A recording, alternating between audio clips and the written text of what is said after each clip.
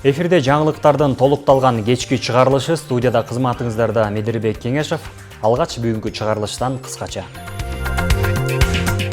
Президент Садыр Жапаров Татарстандын раиси Рустам Минниханов менен жолугушту. Кыргыз Республикасынын президентинин жарлыгына ылайык Ысык көлдө пластик колдонууга тыюу салынган. Чолпон Ата шаарында Ысык көл пластиксиз аталышындагы эко акция болду. Григорьевка айылынын тургундары үчүн жакшы саамалык, эми аймакка таза суу кирди.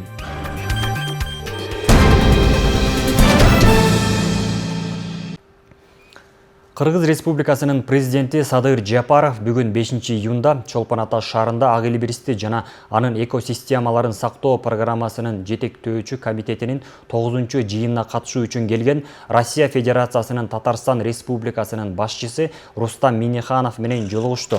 Кыргызстан менен Татарстандын ортосундагы экономикалык, экологиялык жана маданий гуманитардык чөйрөлөрдө кызматташууну тереңдетүү маселеси талкууланды. Биргелешкен долбоорлорду жүзүгө ашырууга, өнөрү жай кооперациясын өнүктүрүүгө, туристтик байланыштарды бекемдөөгө, ошондой эле курчап турган чөйрөнү коргоо жана түрк элдеринин символу болгон Ак Элбиристи сактоо жаатында өз ара аракеттенүүгө өзгөчө көңүл бурулду.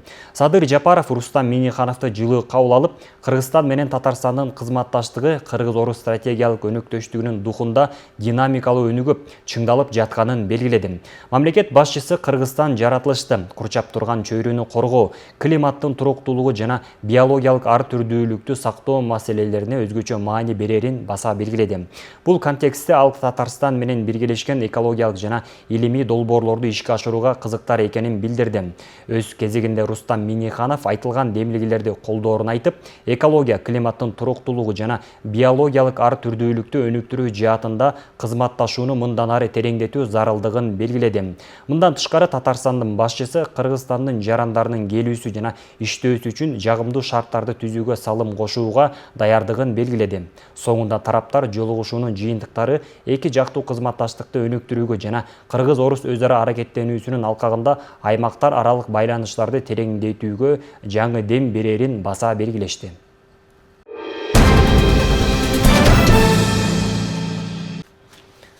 Кыргызстандын министрлер кабинетинин төрагасы Адылбек Касымалиев Душанбе шаарына болгон иш сапарынын алкагында Тажикстан президенти Эмомали Рахмон менен жолукту. Жолугушуу көз карандысыз мамлекеттер шериктештигине мүчө мамлекеттердин өкмөт башчылары жана КМШнын аткаруу комитетинин башкы катчысы менен биргеликте болду.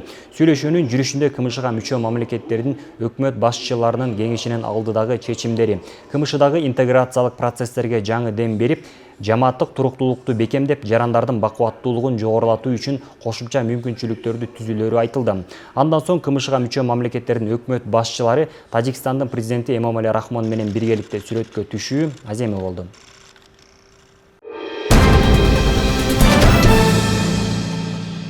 Борбордук шайлоо комиссиясы Муратбеков Табылды Муратбековичке жогорку кеңештин мандатын тапшырды.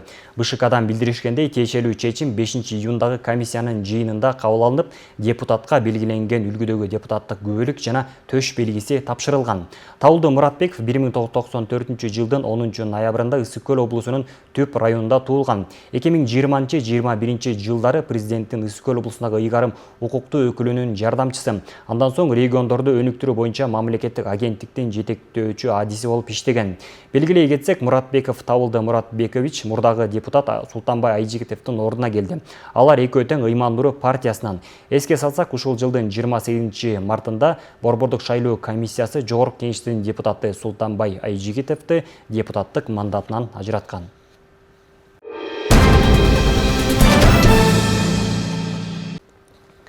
Григорьевка айылынын тургундары үчүн жакшы саамалык. Айыл эли дээрлик 30 жылдан ашык убакыттан бери арыктын суусун ичип келсе, эми аймакка таза суу кирди. Курулуш Дүйнөлүк банктын каржылоосу менен ишке ашырылды. С земли подается вода до емкости, и отсюда в село уходит уже по самотекам. Григорьевка айылында элеттиктерди кубандырган маанилүү саамалык. Айылга таза суу тартылып, эми мындагы 6000ден ашык калк ичүүчү суу менен камсыз болду. Садырнов өз бизге тапшырма берди. Ошол 2030 жылга чейин ушул Кыргызстан боюнча бүт айылдар таза суу менен камсыз болуш керек деп тапшырма коюлду. Biz 2025 жылы 316 айылга таза суу системасын орнотуу боюнча иш жумуштарды баштадык. Бул алдын ичинде долбоорлоо иштери, курулуш иштери жана башка иштери баштап атабыз. Көлдүн боюнан скважина куруп, бул жака сууну тартып келип, бул жерге резервуар бар. Ошол резервуарга коюп, андан сырткары айылдын ичинде бүт бардык системалар жаңыланып бүткөрүлүп, андан сырткары ошол сууну үнөмдөп иштетүү максатында чечиктерди койдук. Сайыздыргандан суу түтүктөр акырын жоголуп, кийин сууну ушу арыктын эмесинен түз берилип, ошо арыктан суу ичип калганбыз. Эми мына ушул Кудай буйруса бүгүн ошол таза суу бизге кирип, ошонун бүгүн ачылыш мааракесинде турабыз. Суу сыйлаган зор болот, суу кордогон кор болот дейт. Мына таза суу чыгып атат. Ушул сууну үнөмдүү, сарамдалдуу колдонолу. Долбоор бүткүл дүйнөлүк банк аркылуу каржыланып, наркы 160 миллион сомго барды. Мындай саамалыкка катышууга дүйнөлүк банктын өкүлдөрү да Кыргызстанга атайын келишкен. Алар өз сөзүндө мындай пайдалуу долбоордун эл үчүн ишке ашканына кубангандарын билдиришти. I would like to thank the Aris management and the entire project team for their... Сиздер менен чогуу Григорьевка айылындагы бул маанилүү ачылышка катышып жатканыма кубанып турам. Бул мен үчүн чоң сыймык. Жылуу кабыл алганыңыздарга да ыраазычылык билдирем. Бул күндү баарыбыз көптөн бери күткөнбүз. Эми айылдын жашоочулары таза суу ичип, көп жылдан берки көйгөй чечилди деп кубанып атам. I think it's wonderful that Beatrice will have an opportunity. Беатрис айымдын Кыргызстанга келип, мындагы ишке ашкан жетишкендиктерди өз көзү менен көрүп, бул прогрессти кыргыз өкмөтүнүн өкүлдөрүнүн өз оозунан угуп жатканын көрүү абдан кубандырат. Каражаттын максаттуу пайдаланылганын, ошондой эле донорлордун эмгеги менен региондордун өнүгүп жатканын да көрдүм. Мен өз сөзүмдө Марс мырзага жана бүтүндөй Арис өкүлдөрүнө жасаган эмгектери үчүн ыраазычылык билдирем. Жалпысынан 4 километрге жакын жерге жаңы водовод, бул 370 мм жана 108 мм эки чоң водовод, 4 мм, 6 мм өзүнүн калдыңдыгы менен салынды. Жалпысынан 16 камера, 43 колодец коюлду бул жерде. Андан тышкары 19 пожарный гидранттар коюлду. Белгилей кетсек, өлкө боюнча 960 айыл таза суу менен камсыз болгон. Ал эми Ысык көл облусунда 145 айылга таза суу тутуму киргизилип, дагы 55-ин ичүүчү суу менен камсыздоо планы турат. Айнура Достукбекова, Сталбек Саманчиев, Нурлан Чойбеков, Ысык көл жаңылыктары. Кыргыз Республикасынын президентинин жарлыгына ылайык Ысык көлдө пластик колдонууга тыюу салынган. Жарлыкка ылайык Чолпон Ата шаарында Ысык көлдө пластиксиз аталышындагы эко акция уюштурулган. Акциянын жүрүшүндө көлдү тазалоо иштери, айлана чөйрөнү коргоо багытында талкуулар жүрдү. Теманы аймактык кабарчыбыз Асель Телек кызуулайт. Чолпон Ата шаарында Ысык көл пластиксиз аталышындагы экологиялык акция өттү. Аталган акцияны Кыргыз Республикасынын жаратылыш ресурстары, экология жана техникалык көзөмөл министрлиги уюштуруп, Экодами коомдук фонду өнөктөш болуп, эко-активисттер, уюштуруучу тарап, бийлик өкүлдөрү, жергиликтүү тургундар жана кагаз, эко-таңгактарды чыгарган ишкерлер катышты.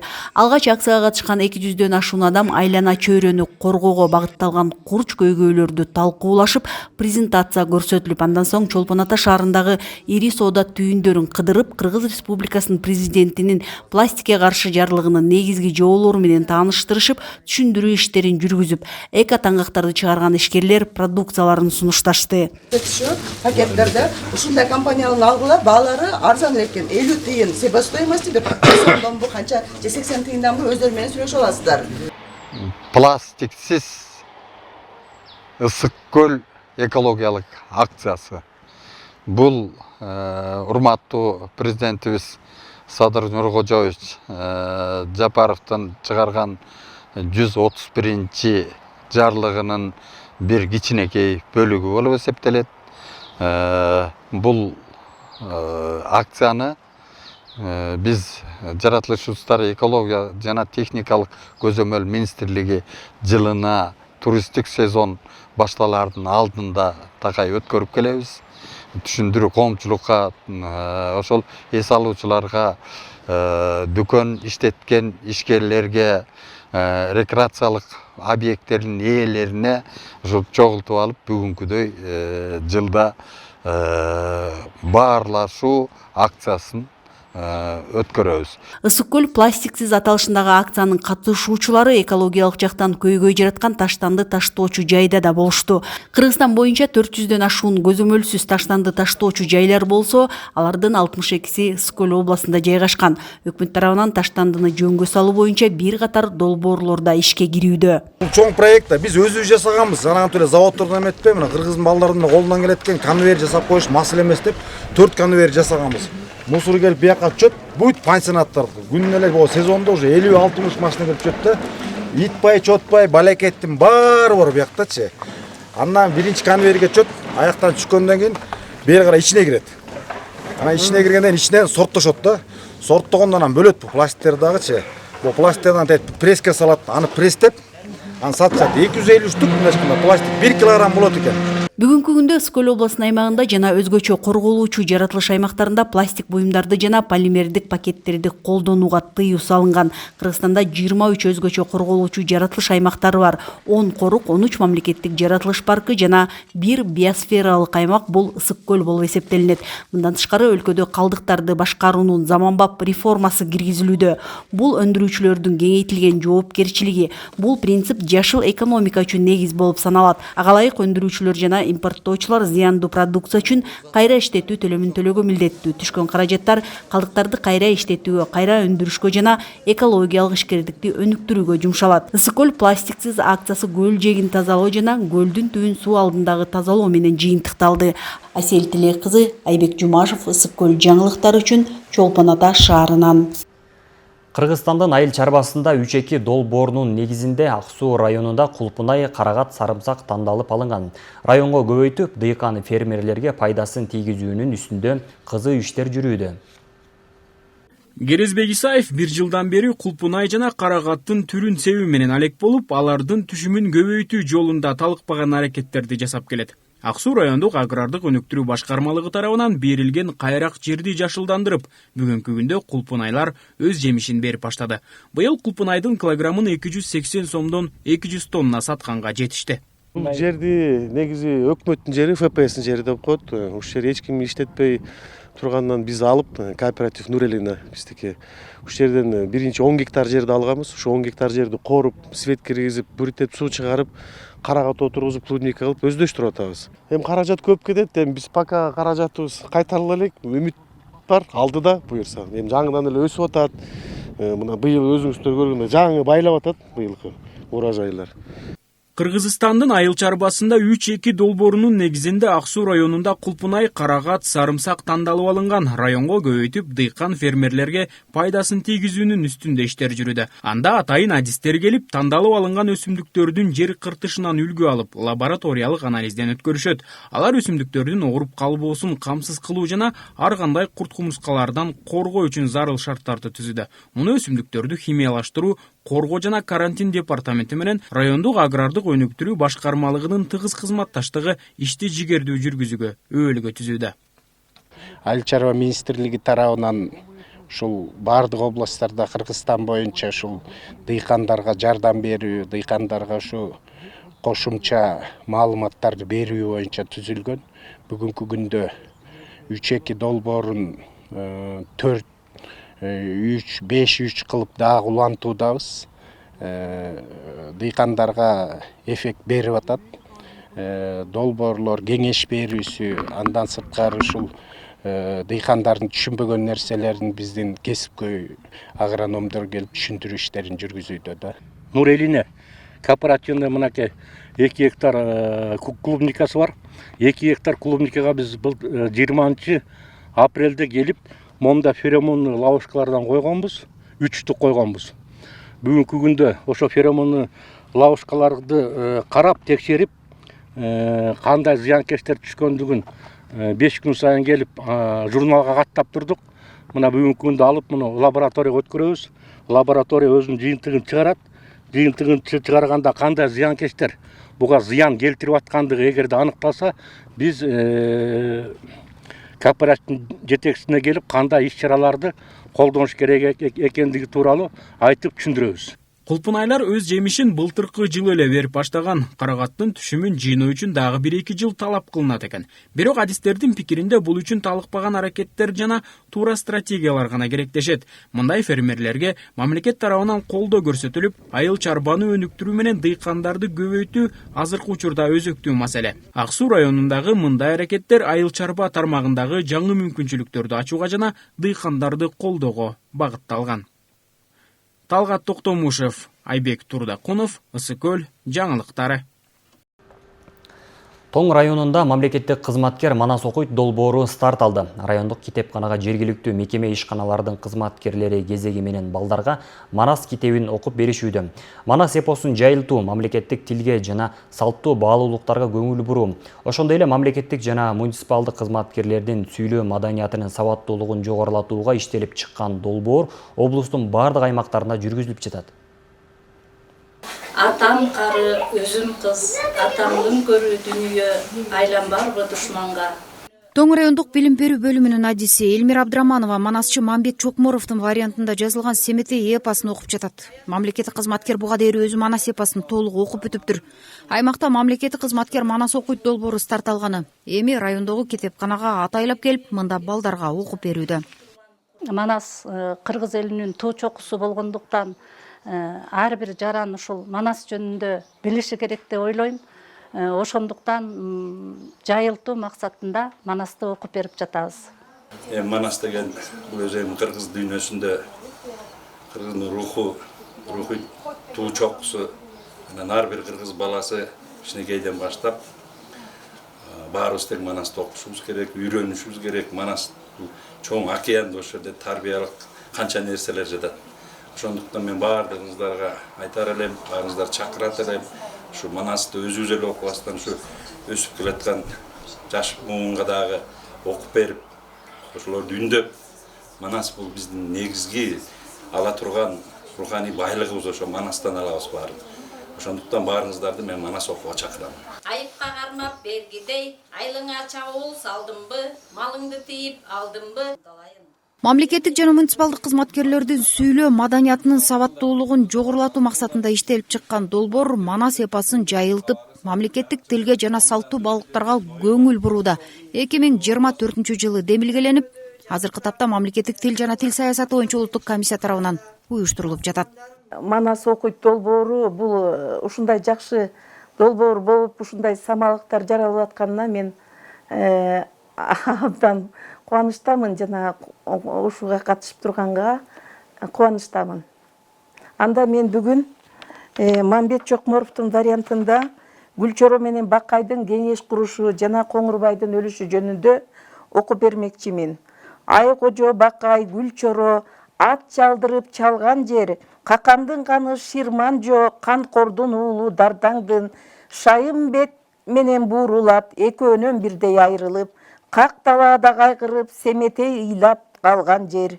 Учурда мамлекеттик кызматкер Манас окуйт долбоору Дубандын бардык аймактарында жүргүзүлүп жатат. Долбоор катышуучуларына Манас эпосунун үчөлтеги Манас, Семетей жана Сейтек эпостарын кара сөз түрүндө окуп, кыргыз элинин баа жеткис мурасынын маңызын жаштарга түшүндүрүү менен эпоска кызыгууну арттыруу талабы коюлган.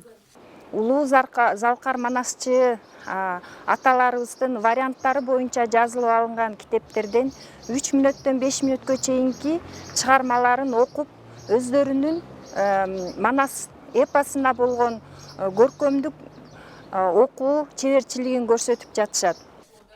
Белгилей кетсек, өлкө башчы Садыр Жапаров 2022-жылы Манас үчүлтигин ар тараптан изилдеп жайылтуу жарлыгын чыгарган. Жарлыкта Манас эпосунун үчүлтиги кыргыздын 2000 жылдан ашык тарыхый тажрыйбасы жана руханий жашоосу чагылдырылган элдик ооз-эки чыгармачылыктын алтын казынасы экени айтылат. Гүлбарчы Молдоева, Данияр Акунов, Ысыкөл жаңылыктары, Тоң району.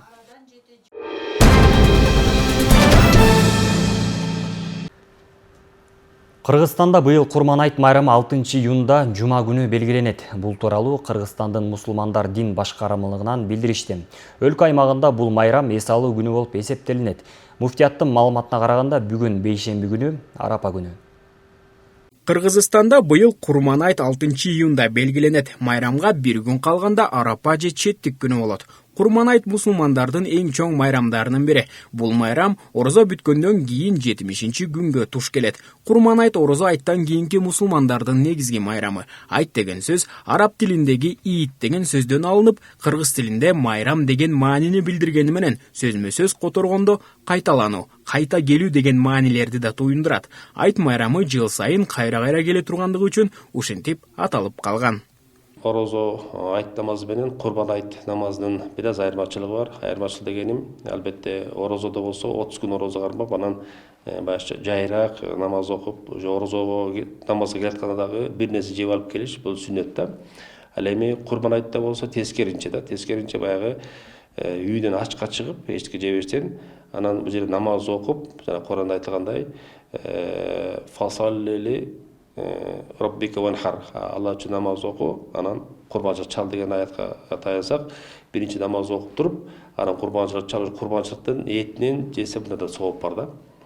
Ошон үчүн бул айырмачылык ушул нерсе да. Андан кийин эми эртең Кудай буйрса, ошол айт намаздардын баардыгы мечитте окулат. Мейли шаар жер болсун, мейли райондун борборлору, айылдарда болсун, баардык жуман айт намаздардын баардыгы бул мечиттерде окулат. Кудай буйрса, ошол 7:40 арасында Кудай буйрса айт намазы окулат.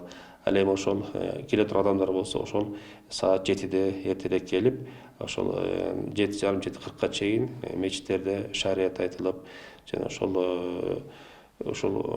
Курбан айттын маанилүүлүгү жана сойлоп койдун кандай балдардын кандай бир артыкчылыктары бар жана акыретте кандай бизге пайдасы бар, ушулардын баяндар айтылмакчы.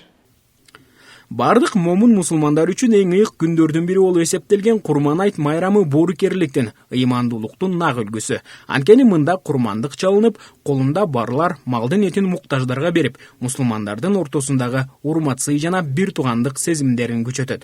Курман айт коомчулукка кубаныч тартуулап, бейпилдикти арттырып, ыймандуу, берешен коомдун түптөлүсүнө зор салым кошот. Талгат Токтомушев, Асылбек Касенов, Карак. Бүгүнкү күндө улуттук каада салт нарк населебизди, бай мурастарыбызды кайрадан жандандырып, заманбап турмушубузга ыңгайлаштырып, ишке ашырууга болгон кызыгуу күн сарап күчөп баратат. Бул багытта жан үрөп эмгектенип жаткан жеке ишкерлердин саны да көбөйүүдө. Алардын бири Тоң районунун Кызыл Туу айылынын тургуну Тынчыбек Асанбеков. Ал өзүнүн айылдаштары менен биргеликте ата-бабалардан калган мурастын символу болгон боз үйдү жасоо менен алектенип, чет өлкөлүк кардарлардын да кызыгуусун жаратып келет. Заман талабына шайкес жасалып жаткан бул боз үйлөр бүгүн дүйнөнүн бир катар өлкөлөрүнө экспорттолуп, кыргыз улуттук өнөрүн таанытууда. Суроо талап күн сарап артып, жергиликтүү өнөрчүлөрдүн колунан чыккан эмгек өз баасын табууда. Кененирээк аймактык кабарчыбыздын сүрөтүндө.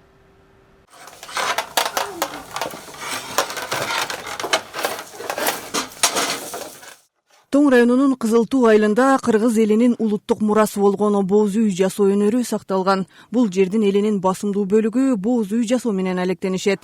Алар үчүн бул жөн гана кесип эмес, ата-бабалардан калган салтты улап, кийинки муундарга өткөрүп берүү миссиясы. Ушундай усталардын бири Тынчыбек Асанбеков. Ал акыркы 20 жыл ичинде боз үйдүн ук керегесин жасап, сапаттуулукта алдына киши чыгарбайт. Үй бүлөсүнүн башкы киреше булагы дал ушул жыгаштан жасалган тетиктерди сатуу болуп эсептелет. Ошо кошуналар жасап атканда басып барып, көрүп, кызыгып, алар эс алып отурганда пардан жыгачты алып чыга калып басып, тазалашып, ушинтип жүрүп анан үйгө ошондой жасап тесттерди орнотуп, анан алып келип өзүм иштеп баштадым.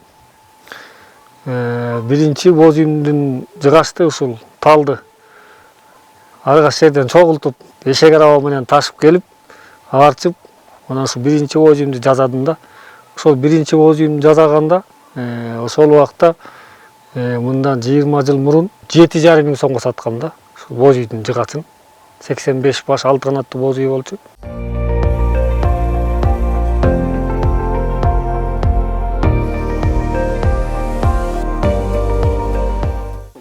Жыгач боюнча боз үй өзү турпан талдан жасалат. Талды ушул өзүбүздүн айылыбызда тал жетишпегендиктен өсүп, айыл эл полный көп боз үй жасагандыктан жетегибизде ошол жака барып тал кыйып келебиз. Үйгө алып келип кескилеп, арчып, жайып, кургатып, анан жыгач кургагандан кийин ошо андан керегесин басып, матоо коюп, уукту коюп, кургап, тазалап, анан түндүгүн жасап, анан жыгачын баарын бүткөндөн кийин, скраст этилип бүткөндөн кийин анан боз үйдү тигип көрүп, өзүнүн сынын көрөбүз. Тынчыбек өзүнүн тажрыйбасын уулдарына үйрөтүп, аларды жардамчы катары тарбиялап келет. Анын жубайы менен кызы да үй бүлөлүк өнөрдү улантып, боз үйдүн ички жасалгасын жасоо менен алектенишет. Бул үй бүлө мүчөлөрү эртеден кечке чейин эмгек менен алек болуп, ар бир мүнөтүн текке кетирбей пайдалуу иштерге арнашат. Бул жөн гана ата-эне тарбиясы эмес, улуттук рухтоо, маданиятты жана өрнөктүү жашоону мурас катары өнүктүрүүнүн үлгүсү. Бул чачы боз үйдүн ичине көрүп берет жана бул менин болсо башка өңдөгү немелерин жасаганым. Муну өзүм гана эмес, мамам экөөбүз жасап, папама жардам беребиз. 6-класста окуйм. Ушу атама деген уук буун эметип жардам берем. Парын жагып, кээ атаман көрүп үйрөнүп атам көрлерин. Кереги арчысып.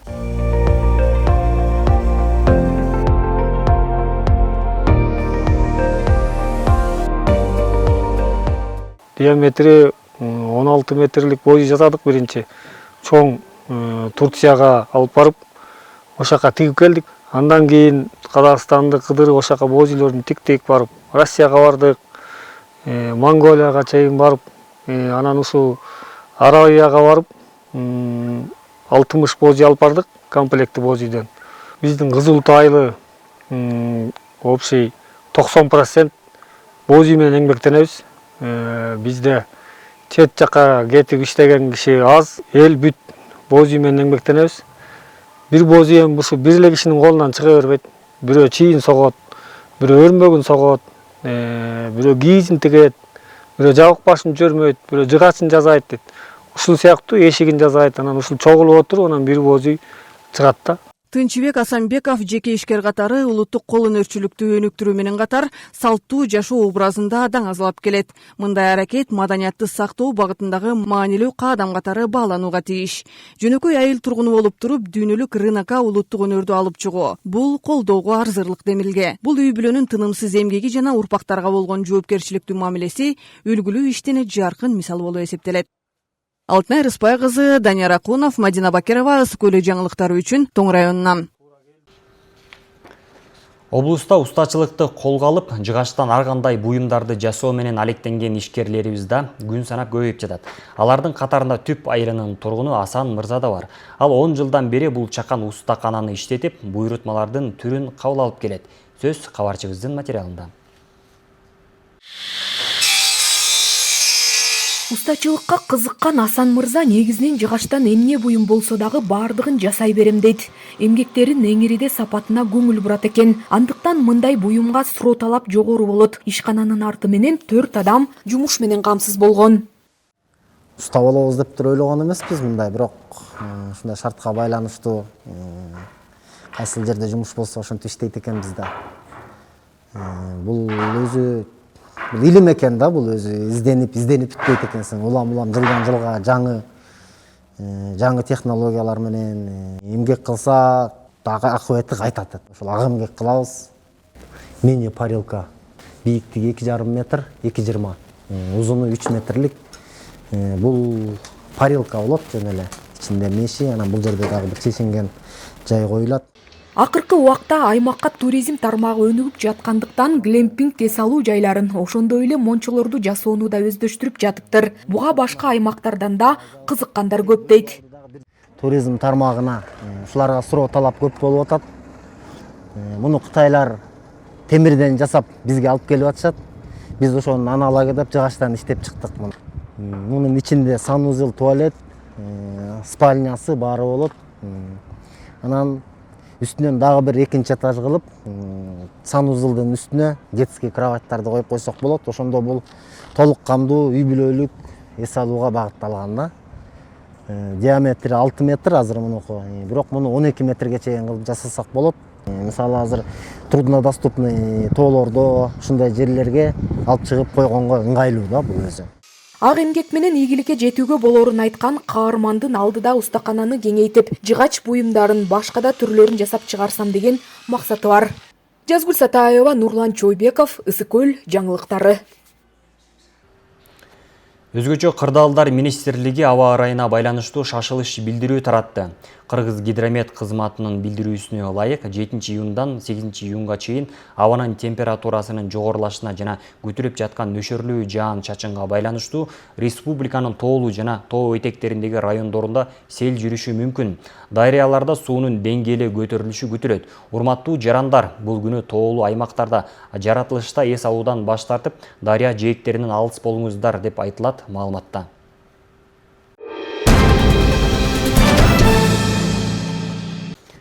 Ушуну менен күн ичинде топтолгон жаңылыктар түрмөгү соңуна келди. Эртеңки эс алуу күнүңүздөр көңүлдүү улансын. Саламатта калыңыздар.